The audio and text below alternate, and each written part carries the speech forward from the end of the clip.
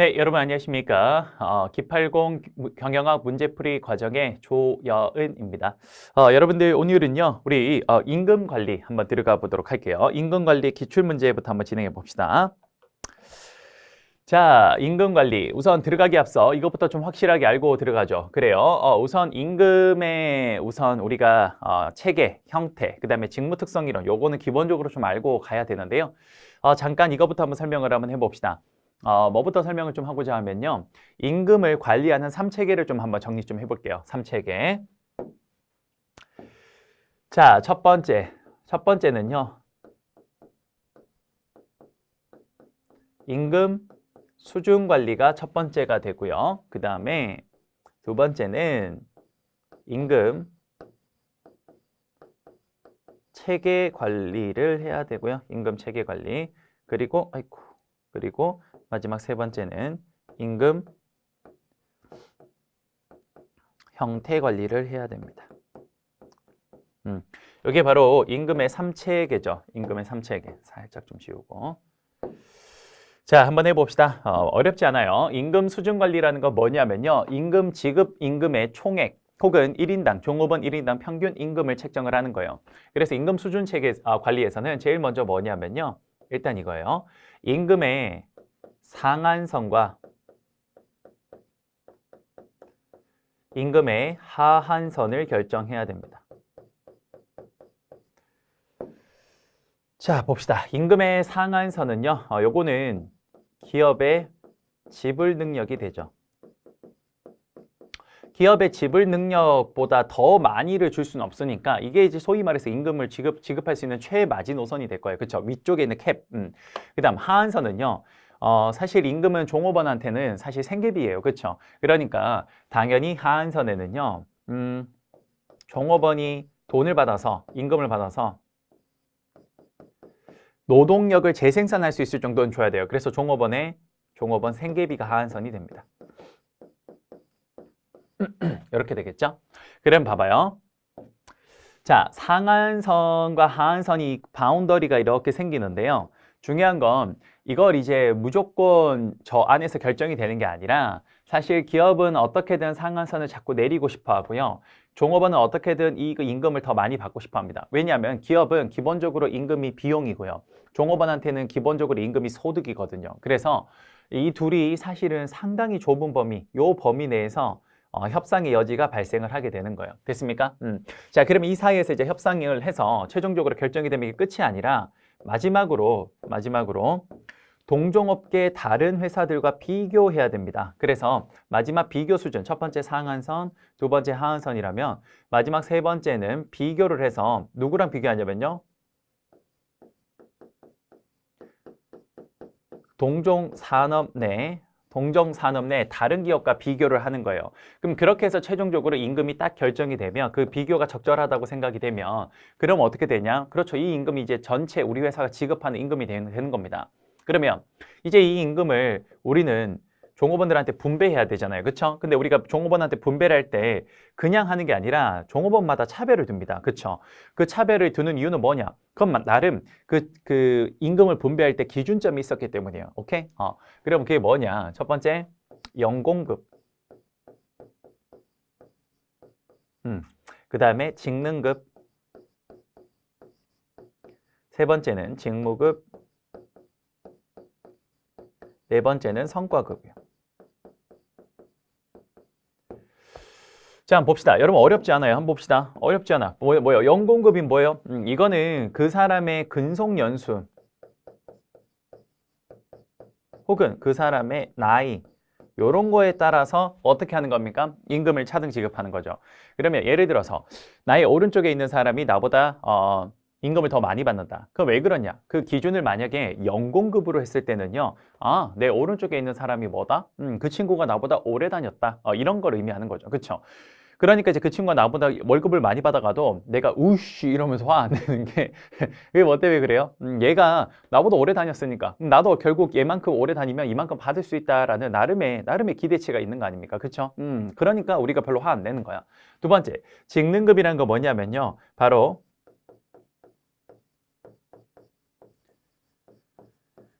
종업원의 능력에 따라서 이제 임금을 차등 지급하는 건데요. 이 종업원의 능력이라는 건 뭘 의미하는 거냐? 결국은 이제 회사가 지급하는 어떤 뭐라 해야 될까요? 그 어떤 능력의 기준치가 있는 거죠. 그럼 봅시다. 직능급에 의해서 임금을 차등 지급한다라는 건 내 오른쪽에 있는 친구가 나보다 더 많이 받아가. 그 왜 그래? 얘가 회사에서 지정한 그 능력을 더 많이 갖고 있는 거예요. 됐습니까? 그러니까 내가 그 얘보다 더 임금을 적게 받아도 별말 못 하는 거야. 왜요? 회사가 정한 기준의 능력을 얘가 많이 갖고 있고 내가 적게 가지고 있으니까. 그럼 나도 많이 받고 싶어. 어떻게 해요? 능력을 신장시키면 되는 거예요. 그렇죠? 그게 바로 직능급. 됐죠?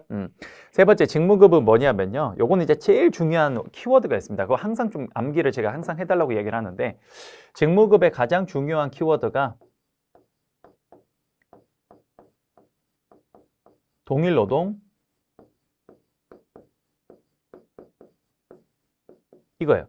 그 동일노동, 동일임금이 제일 중요한 말입니다. 이게 이제 정말 중요한 말인데 이게 무슨 말이냐면 직무급은요. 직무의 난이도에 따라서 사람들의 임금을 다르게 주겠다는 거예요. 그러니까 무슨 말이냐 이런 거죠. 예를 들어서 오른쪽 친구가 나보다 임금을 더 많이 받는다. 그거 왜 많이 받냐? 그건 얘가 내보다 높은 난이도의 업무를 하고 있는 거예요. 그러니까 얘한테 임금을 더 많이 주고 난 적게 주는 거야. 그러니까 동일 노동, 똑같은 일을 하는 사람한테 동일 임금, 똑같은 임금을 주겠다는 거야. 그러니까 연공이나 나이나 뭐 능력에 상관없이 똑같은 일을 하면 뭐 하는 거다? 똑같은 임금 주겠다는 거예요. 그게 바로 우리 직무급이 되는 겁니다. 됐습니까? 자, 참고로 하나만 더 합시다. 굉장히 디테일하게 가는 거죠. 이 정도면 한번 해봅시다. 여러분 우리 직무급을 하기 위해서는요. 반드시 선행 조건이 있어요. 선행 조건. 직무급을 하기 위한 선행 조건이 뭐냐면요. 그럼 바로 그렇습니다. 직무관리가 잘 돼야 돼요. 직무관리에서도 특히 직무관리 우리 뭐라 그랬죠? 직무관리 했을 때 직무 분석하고 직무 평가한다 그랬죠. 그래서 직무급을 실행하려면 직무평가가 정확하게 이루어져야 돼요. 그렇죠. 어떤 일이 난이도가 더 높은지를 알아야 그래야 높은 난이도의 임금을 더 주고 아닌 데는 더 적게 줄 거 아니에요. 그렇죠? 그러니까 이게 아주 중요합니다. 아주. 이런 게 사실 제가 왜 중요하다고 하냐면요.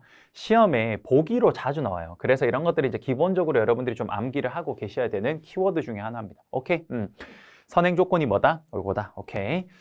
자, 그 다음 마지막 성과급은 뭡니까? 이건 뭐 간단하죠. 이건 뭡니까? 말 그대로 성과당 임금을 주는 겁니다. 그렇죠? 이거는 뭐예요? 뭐 예를 들어서 이제 성과당 임금. 성과급을 이제 제일 많이 시행하는 곳 중에 하나가 이제 보험사죠. 보험사. 보험사는 과거에 옛날에는요. 그 보험을 판매하시는 분들한테 100% 성과급으로만 임금을 지급했어요. 그러니까 기본급이 없어요. 내가 만약에 하나도 못 판다. 그럼 뭐요? 빵원인 거예요. 이렇게 진행을 했었습니다. 그게 바로 성과급이죠. 어쨌든 요게 이제 임금 체계예요. 그러니까 우리가 정한 임금을 이거를 이제 그 종업원들마다 차등 지급을 할 때 그때 이렇게 한다라고요. 됐어요? 오케이. 자, 이제 그렇게 하고 난 뒤에 마지막으로 이제 종업원들한테 그 임금을 차등 지급을 하고 난 뒤에 그걸 이제 최종적으로 이제 달달이 지급을 할 거 아니에요. 그렇죠? 그랬을 때 우리는 어떤 형태로 지급할 것인가? 그게 이제 마지막으로 임금 형태인데요. 임금 형태는 가장 대표적인 게 우리가 시간급제와 성과급제로 나눌 수 있습니다. 크게 성과급제. 시간급제는 뭡니까? 단위 시간당 임금에다가 그래다가 내가 전체 일한 시간을 곱해주면 되는 거고요. 성과당 임금은 성과당 임금에다가 내가 전체 성과를 낸 그 개수를 곱해주면 되는 거예요. 오케이? 여러분 이걸 우리 뭐라고 하냐면요. 이걸 임금의 3체계라고 이야기를 합니다. 요거 기억합시다. 요거 아주 중요한 거니까 아마 기억할게요. 됐습니까? 오케이. 자, 그래서 여기서 하나만 또 더 할까? 뭐 이렇게 하다 보니까 끝이 없네요. 높아심에 한두 개씩 계속 하다 보니까. 한번 더 해봅시다. 임금 수준에서는 우리가 좀 중요하게 생각해야 되는 게 뭐냐면요. 다른 동종업계의 다른 회사와 비교를 했을 때 그 임금이 적정해야 되잖아요. 그렇죠? 우리가 이런 걸 뭐라고 하냐면 이런 걸 외적 공정성이라고 합니다. 회사 외부랑 비교를 했을 때 그 임금이 적정해야 돼요. 오케이? 그 다음 임금 체계는요. 회사 내부에서 임금을 차등 지급하는 건데 그때 누구는 많이 주고 누구는 적게 줬을 때 불만이 없으려면 어떤 공정성이 여기서 전제가 돼야 되냐면 회사 내부에 바로 그렇죠. 내부 공정성 혹은 내적 공정성이 전제가 돼야 됩니다. 이런 것까지. 오케이? 그러니까 이거는 회사 외부랑 비교, 요거는 회사 내에서 우리 그 종업원들끼리 비교니까 외적 공정성, 내적 공정성으로 이렇게 얘기를 할 수 있어요. 오케이? 잘했어요. 자, 이게 바로 임금의 3체계가 되겠습니다. 됐습니까? 자, 요렇게 해서 우리 요 임금 체계랑 임금 형태 좀 설명을 좀 했고요. 요거는 이제 조금 독특한 형태라서 나중에 다시 설명할게요. 문제 나올 때. 자, 그리고 마지막 직무 특성 이론. 요거 이제 직무 특성 이론의 핵심 그 기술 차원인데 역시 요것도 문제를 통해서 한번 볼게요. 그래야 우리가 좀 정확히 알 수 있기 때문에 문제에서 한번 정리해 보도록 하겠습니다. 자, 그러면 여러분 이제 문제 한번 들어가 보죠. 자, 한번 봅시다. 어렵지 않습니다.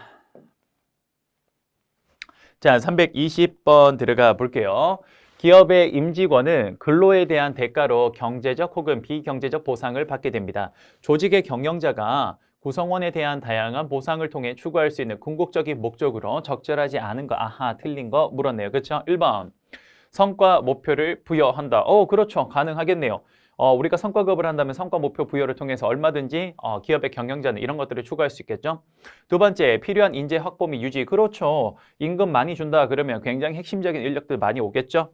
세 번째, 역량 개발 촉진. 그렇겠네요. 예를 들어서 직능급 같은 거 하면 얼마든지 능력 신장을 하려고 하겠죠. 그렇죠. 4번, 구성원 간 동질감 형성. 아니죠. 여러분들 우리가 임금 체계에서 다른 사람과 나와의 임금이 차등 지급되는 걸 결정하는 거잖아요. 그렇죠? 그럼 사실 똑같이 돈을 받는 게 아니기 때문에 오히려 임금은 서로 간의 이질감을 더 크게 형성시킵니다. 그렇죠?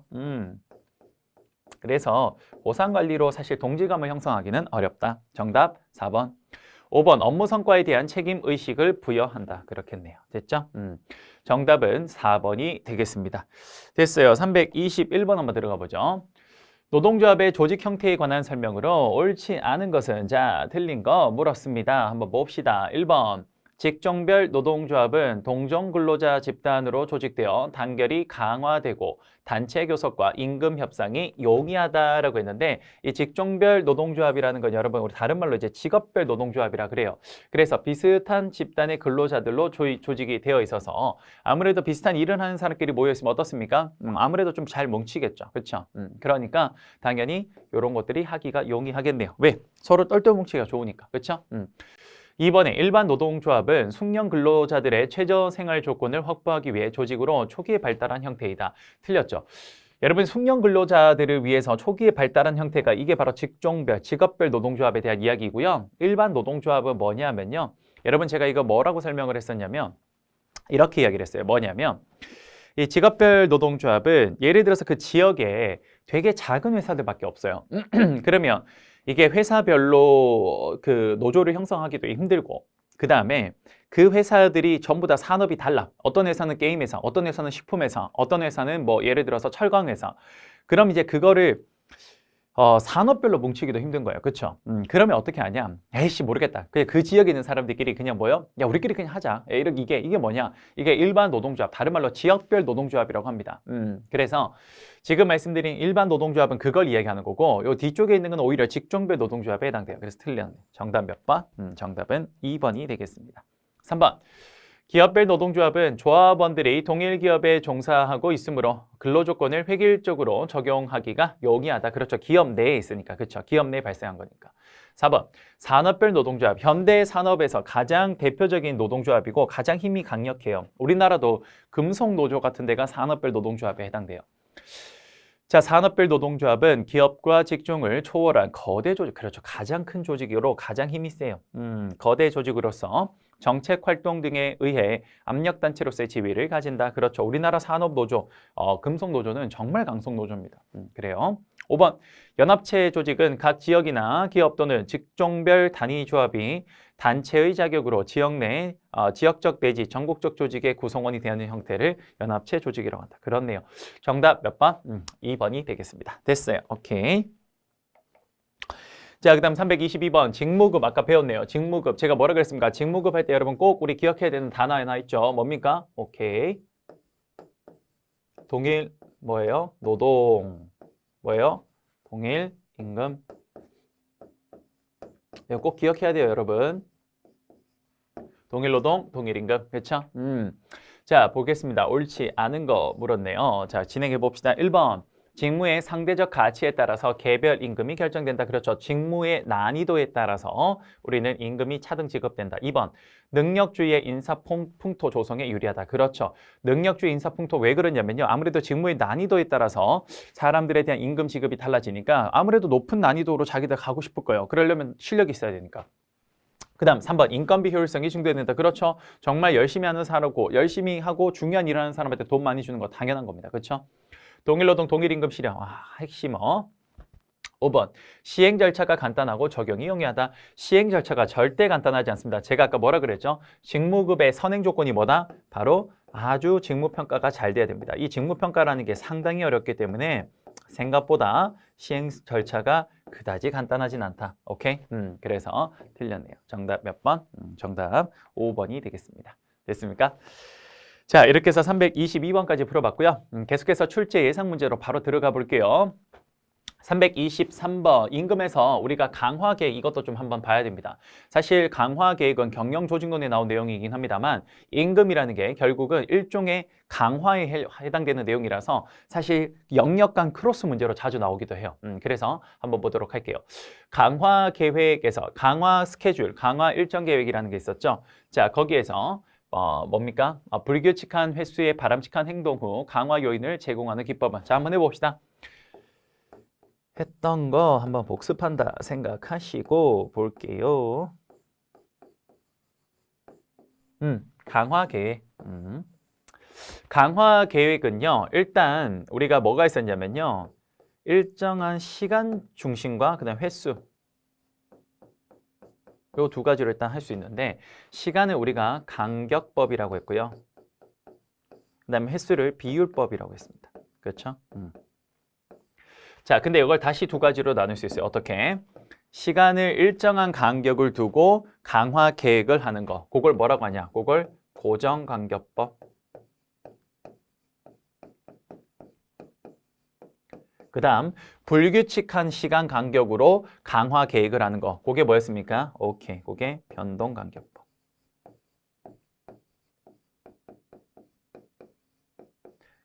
그 다음, 횟수도 마찬가지죠. 일정한 횟수가 나왔을 때, 그 비율이 나왔을 때 강화 조건을 강화를 하는 거. 그걸 뭐라고 하냐? 이제 고정비율법이라고 하죠. 그 다음 또 뭐예요? 그렇죠. 뜨문뜨문하는 걸 변동비율법. 이렇게 되죠. 그러면 봅시다. 일단 불규칙 횟수래. 일단 보세요. 횟수래, 횟수. 횟수면 여러분 일단 뭐예요? 일단 비율법이죠. 비율법. 근데 어떻게 하래요? 불규칙하게 돼. 불규칙하게. 그럼 뭐예요? 변동비율법이겠네. 그렇죠? 이렇게 보는 거 쉬워요. 정답 몇 번? 정답은 4번이 되겠습니다. 오케이? 자, 그 다음 324번 볼게요. 시간급제. 하나 좀 체크합시다. 여러분들 시간급제와 성과급제의 차이점 하나 좀 생각해야 되는 게, 가장 중요한 게 시험으로 자주 나온 그 키워드가 있거든요. 시간급제와 성과급제가 있는데, 이 두 개가 있는데,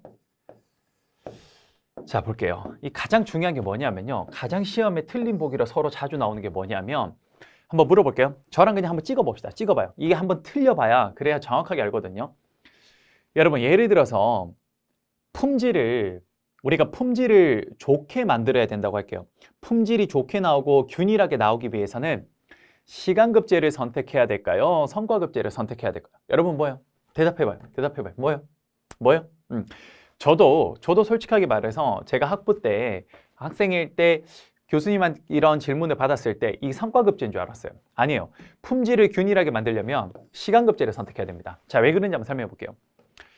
여러분들 그 영화 기생충 보신 적 있죠? 영화 기생충. 봉준호 감독의 정말 대단한 영화, 그렇죠? 그 기생충의 처음에 보면요, 송강호 씨 가족이 알바를 하기 위해서 뭘 하냐면 그 박스를 접습니다. 피자 박스. 네, 기억나시죠? 근데 그 박스를 이렇게 접을 때 보면요, 그게 이제 성과급제잖아. 왜? 박스를 몇 시간에 뭐 걸쳐서 하든지 간에 무조건 한 개 만들 때마다 돈을 주잖아요. 그렇죠? 그러니까 어떻게 해요? 그 빨리 접는 거 유튜브 보고 공부해가지고 막 대충 접어버리잖아요. 그렇죠? 그렇게 해가지고 뭐 한 500개를 만들어서 줬더니 그 사장이 와서 뭐라 그래요? 이게 접은 거예요? 이게 접은 거예요? 이 절반 이상은 못 쓰겠다 막 이러잖아요. 그렇죠? 바로 이거예요. 성과급제로 줘버리면 사람들이 그 무조건 성과당 돈을 받는다고 생각하니까 빨리 하려고 해요. 그러니까 제품이 좋게 나오고 안 나오고 신경을 안 쓰는 거야. 근데 시간급제는 어쨌든 그 시간 동안 시간을 때워야 돼. 내가 많이 만든다 그래서 돈을 많이 주는 게 아니거든. 그러니까 좀 천천히 해요. 시간급제는. 그쵸? 약간 세워라 내워라 하는 게 있긴 한데 그쵸? 그러니까 그만큼 좀 꼼꼼하게 할 수 있다라는 거죠. 제 말 이해되십니까? 그래서 품질을 균일하게 가져가야 될 때는 반드시 시간급제를 해야 된다. 이게 사실은 시험에 틀린 보기로 정말 자주 나와요. 오케이? 오케이? 자, 그럼 봅시다. 이게 이런 문제 계속 나올 거야. 보세요. 324번 문제. 다음 중 시간급제를 적용해야 되는 경우가 아닌 거. 자, 틀린 거 물었잖아요. 자, 한번 봅시다. 1번. 작업자가 생산량을 통제할 수 없거나 작업자의 노력과 관계없이 기계에 의해서 작업 속도가 결정될 때, 이런 될 때는 어떻게 합니까? 이건 시간급제를 해야죠. 시간급제. 작업자가 생산량을 통제할 수 없다. 그러면 당연히 통제할 수 없으니까 성과를 측정하기 어렵잖아. 그렇죠? 그럴 때는 당연히 뭐 해야 돼요? 시간급제 해야죠. 맞죠? 그 다음 2번. 작업 지시가 빈번하고 작업자가 이를 통제할 수 없을 때 마찬가지죠. 이럴 때도 역시나 성과를 정확하게 측정하기 힘드니까 시간급제를 적용해야 됩니다. 3번 감독이 철저하고 감독자가 공정한 과학 기준을 알고 있을 때 오케이, 이것도 충분히 가능하겠네요. 4번 제품의 질이 생산량보다 덜 중요하거나 품질이 일정할 때 뭐라 그래요? 제품의 질이 생산량보다 덜 중요하대요. 제품의 퀄리티가 덜 중요하대. 뭡니까? 균일하게 일단 나오지 않아도 되거나 혹은 그냥 품질이 아예 자체적으로 일정할 수도 있다라는 거예요. 그렇죠? 이럴 때는 뭐냐? 이럴 때는 오히려 성과급을 적용하는 게 더 낫겠죠. 제가 아까 뭐라 그랬어요? 시간급제는 제품의 질이 생산량보다 더 중요해. 더 중요해야 되는 거야. 오케이? 그래요. 그래서 정답은 4번이 틀린 말이 되겠네요. 오케이? 5번에 제조 원가 요소 가운데 노무비 통제가 중요하지 않을 때도 오케이. 왜냐하면 시간급제가 노무비가 많이 들어가거든. 그렇죠? 그래서 요 시간급제가 이제 아무래도 노무비 노무비가 좀 들어가니까 그 노무비가 많이 들어가니까 그 통제가 별로 중요하지 않을 때. 그렇죠? 그러니까 요거는 아무래도 노무비가 만든 만큼 주는 거니까 거의 확실히 노무비 통제가 조금 가능하겠죠. 그렇죠? 오케이. 정답 몇 번? 4번이 되겠네요. 오케이. 자, 그 다음에 325번 한번 봅시다. 다음 기업의 임금 수준 결정할 때 고려해야 될 요소로 가장 적절하지 않은 거. 임금 수준 했죠? 우리가? 한번 해볼게요. 1번 기업의 손익분기점 뭐가 돼요? 오케이. 임금 수준에서 상한선. 근로자의 평균 근속연수? 아무 의미 없네요. 정답 몇 번? 2번. 3번 근로자의 생계비 수준, 임금 하한선. 경쟁자 임금 수준, 비교 수준. 정부의 정책이나 법규, 대표적인 게 최저임금제, 임금 하한선. 정답 2번. 오케이. 자, 326번 들어가 보죠. 다음 임금 수준 결정 기업의 내적 요소가 아니라 기업의 내적 요소라는 건 기업 안에 있어야 되는 거예요. 그렇죠? 기업의 규모, 기업 내적 요소. 경영 전략 맞고 노동조합 맞죠? 생계비는 종업원이죠. 이게 자칫 잘못하면 종업원이라는 것 때문에 여러분들이 기업의 내부 요소로 생각하는데 종업원이 생계비는 종업원을 회사를 벗어나서 자신의 가정 안에서 이야기이기 때문에 임금 외적 요소가 되겠습니다. 그렇죠? 기업의 외적 요소. 정답 4번. 5번의 지불 능력은 임금 수준에 있어서 뭡니까? 그렇죠. 임금의 상한선을 결정하는 거죠. 정답 4번. 327번 봅시다. 근로자의 직무 수행 능력 기준으로 임금 결정하는 거 뭡니까? 직능급이 되겠죠. 오케이, 쉽네요. 나머지는 아까 다 했던 거니까. 328번 봅시다. 조직 구성원에 대한 조직의 임금 체계와 관련된 다음 설명 가운데 가장 적절하지 않은 거, 자 틀린 거 물었습니다. 그렇죠. 1번. 직능급은 종업원이 맡은 직무의 중요성과 난이도에 근거해서 임금 결정. 여러분, 종업원이 맡은 직무의 중요성과 난이도에 근거한 거 직능급이 아니라 뭐였죠? 직무급이 되잖아요. 정답은 몇 번? 1번이 틀렸네요. 2번 직무급을 적용할 때는 차별적 임금 격차에 대한 공정성을 확보하는 것이 중요하다. 그렇죠. 그래서 직무평가가 아주 중요하다 그랬죠. 정확한 직무평가가 선행되지 않으면 종업원들이 그걸 받아들이지 않습니다. 그렇죠. 3번에 성과급은 종업원이 달성한 업무 성과를 기초로 임금 수준을 결정하는 방식 맞고요. 4번에 연공급은 유연한 조직 변화가 필요한 조직에서는 불합리한 임금 제도로서 다른 제도와 병행이 필요하다. 그렇죠. 연공급은 유연한 조직 변화와는 사실 상당히 맞지 않습니다. 그냥 굉장히 경직적이고 아주 안정적이고 어떤 현 상황을 안주하려는 조직에는 오히려 맞죠. 대표적인 게 공무원 조직 아니겠습니까? 그렇죠. 자, 5번에 연봉제는 이제 이건 말 그대로 연봉, 1년 동안 연봉을 딱 정해놓고 그 금액 안에 모든 걸 다 넣어버리는 거예요. 그러니까 이제 그 이상은 더 이상 줄 필요가 없는 거죠. 최근에 와서 많이 강조되고 있는 제도인데요. 연봉제에서는 임금을 결정하기 위해 종업원의 직무, 직능, 업적, 연공 등 다양한 기준으로 그렇죠. 그렇게 해서 그걸 전체 한 곳에 탁 넣어가지고 만들어버린 겁니다. 연 단위로 임금을 주는 거죠. 오케이. 정답은 1번이 되겠네요. 자, 329번. 조직 형태와 적합한 임금 체계로 옳지 않은 거 틀린 거네요. 1번. 유연한 조직 변화와 전문적 인력이 필요하면 연공급 아니라 그랬죠. 연공급은 오히려 경직적인 조직 구조에 맞다라는 겁니다. 그렇죠? 정답 1번. 자, 그다음 오케이. 요거는 뭐 당연히 쉽게 볼 수 있겠네요. 그렇죠? 정답은 1번. 바로 넘어가면 될 것 같고요. 바로 330번 한번 들어가 봅시다. 다음 중 생산성에 관계없이 제품 단위당 일정 임금을 주는 형태, 임금 형태는 무엇입니까? 라고 했습니다. 자, 봅시다. 생산성에 관계없이, 즉 생산량이 아무리 많이 늘어나도 뭡니까? 일정한 임금을 줘야 돼요. 그럼 어떻게 돼야 돼요? 생산량이 늘어나도 임금은 어떻게? 일정하게 줘야 되니까 정답 몇 번? 3번이 되겠네요. 간단하죠? 오케이. 331번. 다음 중 성과급제 임금 제도를 채택하는 경우는 가장 적절하지 않냐. 성과급제입니다. 성과급제, 시간급제가 아니라 성과급제. 1번. 업무의 질이 생산량보다 특히 중요한 게 뭡니까? 여러분, 이 품질. 업무의 질, 품질. 제가 뭐라 그랬죠? 품질이 생산량보다 특히 중요한 경우에는 성과급제하면 안 된다 그랬죠. 뭐라 그랬어요? 이게 자주 나온다고. 정말 자주 나와요. 그러니까 틀린 거는 1번. 2번 생산 단위 측정이 가능한 경우, 그렇죠. 단위당 임금을 줘야 되니까 측정 가능해야 되고요. 3번 직무가 표준화되어 있어서 작업 흐름이 정규적일 경우, 그렇죠. 4번에 각 작업자에 대한 감독을 철저히 할 수 있는 경우에도 그렇습니다. 성과급을 채택하는 게 가능하고요. 5번에 작업 시간에 관계없이 작업 성과 측정이 가능한 경우에도 가능해요. 가장 확실하게 틀린 게 1번이죠. 이거 정말 자주 나오니까 꼭 체크하도록 하겠습니다. 오케이? 자, 332번 한번 봅시다. 정년까지 고용을 유지하는 대신 일정 연령이 되면 생산성을 감안해서 임금을 줄이는 경우. 이거 뭐라 그래요? 임금 피크제라 그래요. 정답 3번. 사실 임금 피크제는 한 몇 년 전까지 굉장히 우리나라의 사회적 이슈가 됐었습니다. 하지만 지금은 뭐 상당히 많은 기업들이 사용을 하고 있기도 하고, 무엇보다 지금 대부분의 기업들이 요것보다는 좀 더 중요한 다른 이슈들이 많아서 최근에는 좀 많이 좀 줄어들긴 했어요. 그렇죠? 이익 분배제는 뭡니까? 말 그대로 profit sharing, 뭡니까? 이익을 가지고 서로 분배하는 거고요. 우리가 이제 연말에 이익이 남았으면 그 이익을 가지고 서로 함께 나누는 거죠. 집단 임금제는 집단을 대상으로 주는 임금을 말하고요. 최저임금제는 우리나라의 정부에서 법으로 정해서 이거 이상 무조건 줘야 됩니다라고 하는 그게 최저임금제. 차별성과급제는 뭡니까? 그렇죠. 성과에 따라서 차별적으로 뭡니까? 그 배분을 하는 걸 말하죠. 오케이. 정답 3번. 자, 그 다음 333번. 다음 중 종업원의 생활 안정을 위해 가장 바람직한 임금 형태는 무엇입니까? 라고 했는데요. 종업원이 생활 안정을 하기 위해서는 뭐냐면요. 봐요. 종업원의 생활 안정이 되려면 기본적으로 고정급이 좀 있어야 돼요. 고정급. 그러니까 무슨 말이냐면 아무리 어떤 상황이 돼도, 즉 기업이 생산량이 늘거나 줄거나 이런 변동이 생길 때에도 일정하게 돈을 줘야 되고요. 그 다음에 물가가 변동해도 일정하게 실질적 임금이 고정적으로 나올 수 있게 이런 고정급을 줘야 됩니다. 반면 종업원들의 생활 안정을 저해하는 임금은 뭐냐? 그건 바로 변동급이에요. 바로 이런 생산량에 따라서 임금을 이렇게 달리 주는 걸 말하죠.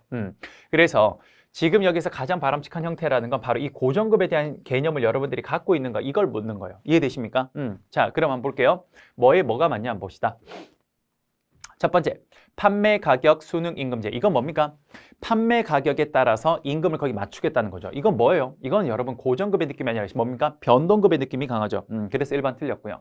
2번, 생계비 수능 임금제. 이거죠. 이게 뭐냐면요. 생계비 수능 임금제는 그 사람이 살아가는 데 있어서 최소한의 생계를 유지시켜 주겠다는 겁니다. 그러니까 예를 들어서 물가가 올라가도 그거에 맞춰서 생계를 할 수 있게. 여러분 물가가 오른다고 사람들이 세 끼 먹다가 두 끼 먹을 수는 없는 거 아니에요. 그렇죠? 그러니까 이제 거기 맞춰서 우리가 해주겠다는 거예요. 생계를 유지할 수 있게. 그러니까 이거는 물가의 변동에 따라서 거기에 맞춰서 올려주니까 그 실질적인 임금 뭡니까? 고정적으로 나오는 거죠. 그래서 2번이 정답이 되겠네요. 그렇죠? 나머지 이익 수능 임금제. 이것도 뭐예요? 이익이 나오는 거에 따라서 변동. 그다음 소비자 물가 지수. 이것도 뭐예요? 물가에 따라서 변동.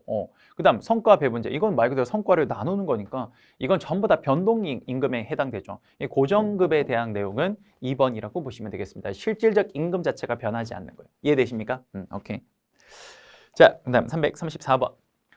기업의 경영 성과를 평가하는 데 사용되는 균형 성과표의 평가 관점과 성과 지표의 측정 지표 간의 연결이 가장 옳지 않은 거죠. 틀린 거 물었죠. 자, 하나만 정리합시다. 균형 성과표는 총 4가지가 있습니다. 첫 번째 뭡니까? 재무 관점, 두 번째 고객 관점, 세 번째 내부 프로세스 관점, 마지막 네 번째 뭐예요? 학습 및 성장 관점이에요. 그렇죠? 자, 그러면 각각의 그 평가 지표들이 연결을 해놨는데 틀린 거 찾아라 그랬죠. 자, 재무 관점, 그렇죠. 경제적 부가가치, EVA 이런 것들로 체크할 수 있고요. 두 번째 고객 관점, 그렇죠. 고객에서 바라보고 가는 건데 우리가 얼마만큼 시장 점유율을 갖고 있냐, 그 결국 고객에 대한 내용이겠네요. 그렇죠? 그 다음 3번 내부 프로세스 관점, 자발적 이직률. 여러분, 내부 프로세스 관점이라는 건 뭐냐면요, 이거는 우리 회사의 내부의 프로세스가 얼마나 고객 만족으로 잘 연결되고 있는가 이런 걸 보는 건데 이게 스스로 이직하는 이거랑 큰 무슨 상관이 있겠습니까? 그렇죠? 그래서 정답은 오케이 3번이 되겠네요. 4번 학습 및 성장 관점 2개가 있는데 봅시다. 학습 및 성장 관점의 직원 만족도 오케이 가능할 것 같고요. 그 다음에 정보 시스템의 가용성 여부도 얼마든지 학습과 성장을 통해서 우리가 볼 수 있는 하나의 지표로 볼 수 있겠죠. 정답은 3번이 되겠습니다. 오케이. 자, 이렇게 해서 334번까지 했고요. 마지막 335번까지 하고 마무리할게요. 균형 성과표와 비교하여 전통적 성과관리 시스템의 한계에 대한 설명으로 옳지 않은 것은? 자, 볼게요. 1번. 구성원의 경영 전략에 대한 이해도가 높지 않다. 그렇죠. 전통적 성과관리의 가장 큰 문제점이 뭐냐면 아까 전에 보세요. BSC 균형 성과표에서 왜 이런 4가지를 봤냐면요. 전통적으로는 재무만 봐요. 재무만. 이것만 봐요. 근데 사실 현대사회에서는 저 너무 재무적인 것만 봐서는 안 된다. 우리가 회사를 평가를 할 때는, 기업의 경영 성과를 평가할 때는 좀 다양한 측면을 봐야 된다라는 그런 의미로 나오게 된 거거든요. 그래서 이제 너무 재무 관점에 치우쳐져 있었던 걸 문제점을 좀 해결하기 위해서 나온 건데, 그러니까 이제 과거에는 재무적 관점만 보니까 종업원들이 뭐 우리 회사의 내부 프로세스가 뭐지 이런 거 관심이 없는 거예요. 그러니까 구성원이 경영 전략에 대한 이해도가 높지 않죠. 옳지 않은 걸 찾아라 그랬으니까. 2번 성과에 대한 재무적 관심이 부족하죠. 이것만 본 거예요. 이것만. 그러니까 부족한 게 아니라 이게 너무 과했던 거죠. 정답 2번. 3번 자원 할당과 전략의 연계가 부족했겠죠. 당연히 재무적인 것만 봤으니까 경영 전략에 대한 이해도가 높지 않으니까 당연히 이런 것도 나타나겠죠.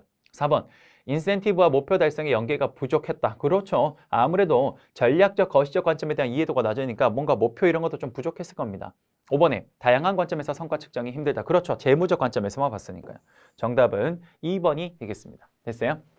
자, 여러분 수고 많으셨고요. 이렇게 해서 우리 이번 시간은 여기서 마무리하도록 하겠습니다. 여러분 감사합니다.